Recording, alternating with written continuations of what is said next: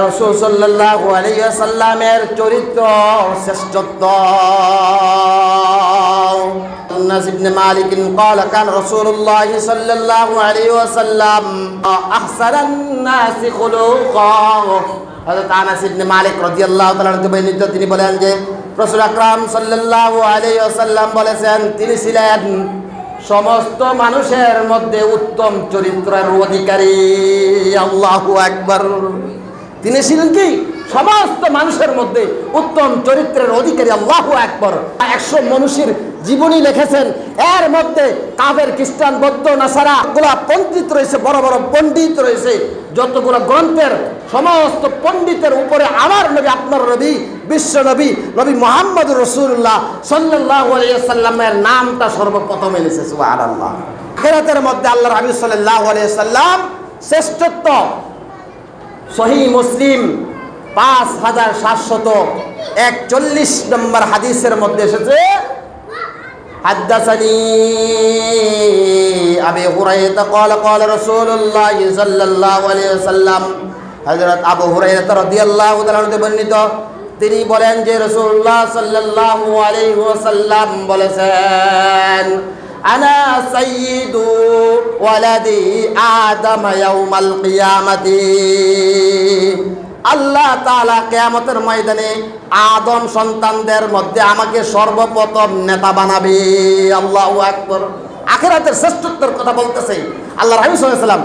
সর্বপ্রথম আল্লাহ তাআলা আদম সন্তানের যতগুলো কিয়ামতের ময়দানে উঠবে তাদের সবার মধ্যে জনাবে মুহাম্মদুর রাসূলুল্লাহ সাল্লাল্লাহু আলাইহি ওয়াসাল্লামকে নেতা বানাবেন। আল্লাহু আকবার।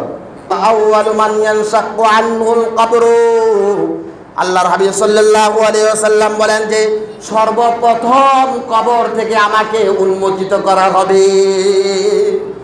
আদম আলাইহিস সালাম কি করছেন? আল্লাহর হাবিব সাল্লাল্লাহু আলাইহি ওয়াসাল্লামের আগে চলে গেছেন, কিন্তু যত পয়গম্বর চলে গেছেন আল্লাহর হাবিব বলেন যে সর্বপ্রথম আমাকে কবর থেকে আল্লাহ তাআলা উন্মোচিত করবে, উঠাবে। সুবহানাল্লাহ।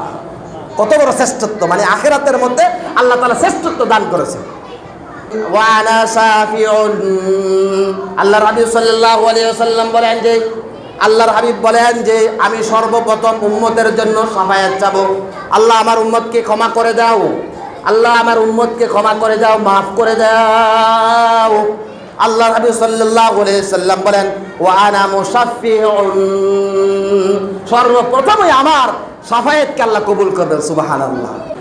মালিক ইবনে আউফ রাদিয়াল্লাহু তাআলা তিনি বলেন, মা ইন রাআইতু ওয়ালা সামি'তু বিমিসলিহি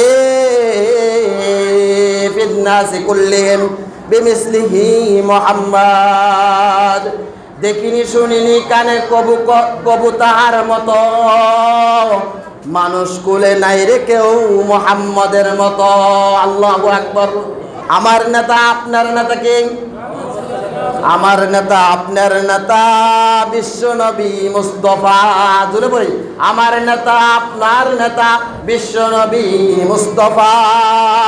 আমার নেতা আপনার নেতা বিশ্ব নবী মুস্তাফা। মা ইন রাআইতু ওয়ালা সামি'তু বিমিসলি।